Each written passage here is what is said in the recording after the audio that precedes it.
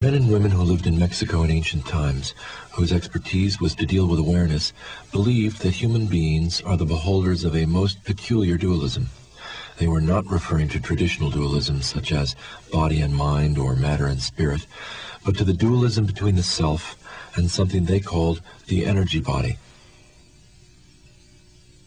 They considered the self to be a holistic unit which includes both, body and mind, matter and spirit together, and they defined the energy body as a particular conglomerate of energy fields belonging to each of us individually that has the capability of being transformed into a perfect replica of the self, and vice versa.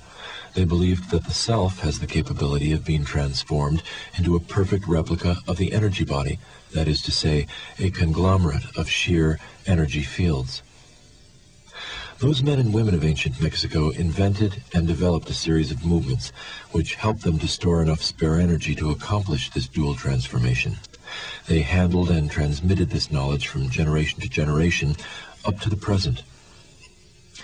The movements you are about to see were called the 12 basic passes to gather energy. They are part of a vast series of movements which were taught to us, the last links of a long chain of such men and women. They were taught especially to Carlos Castaneda by his immediate teacher, Don Juan Matus, and by another practitioner named Lujan. Carlos Castaneda calls it tensegrity, a term he borrowed from architecture. Tensegrity is the property of skeleton structures that employ continuous tension members and discontinuous compression members in such a way that each member operates with the maximum efficiency and economy. We consider this term most appropriate because this system of movements is the quintessence of tensing and relaxing the muscles and tendons of the body. The persons who are going to execute the 12 basic passes to gather energy are Carly Lundal, Nai Murez, and Reni Murez.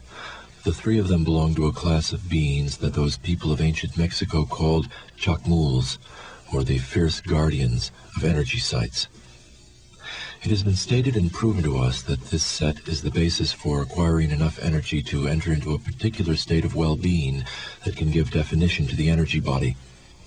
To give definition to the energy body is the first step towards enlarging the parameters of perception. For those men and women of ancient Mexico, experts in dealing with awareness, to enlarge the parameters of perception meant entering into bona fide, all-inclusive new worlds.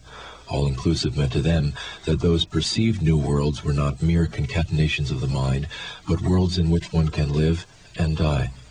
For them, entering into new worlds was the core of their magical expertise. Magic is a most inadequate term in this case, for it is loaded with insurmountable negative connotations. Those practitioners bypassed this negative slant by maintaining that their magic was merely a maneuver of perception.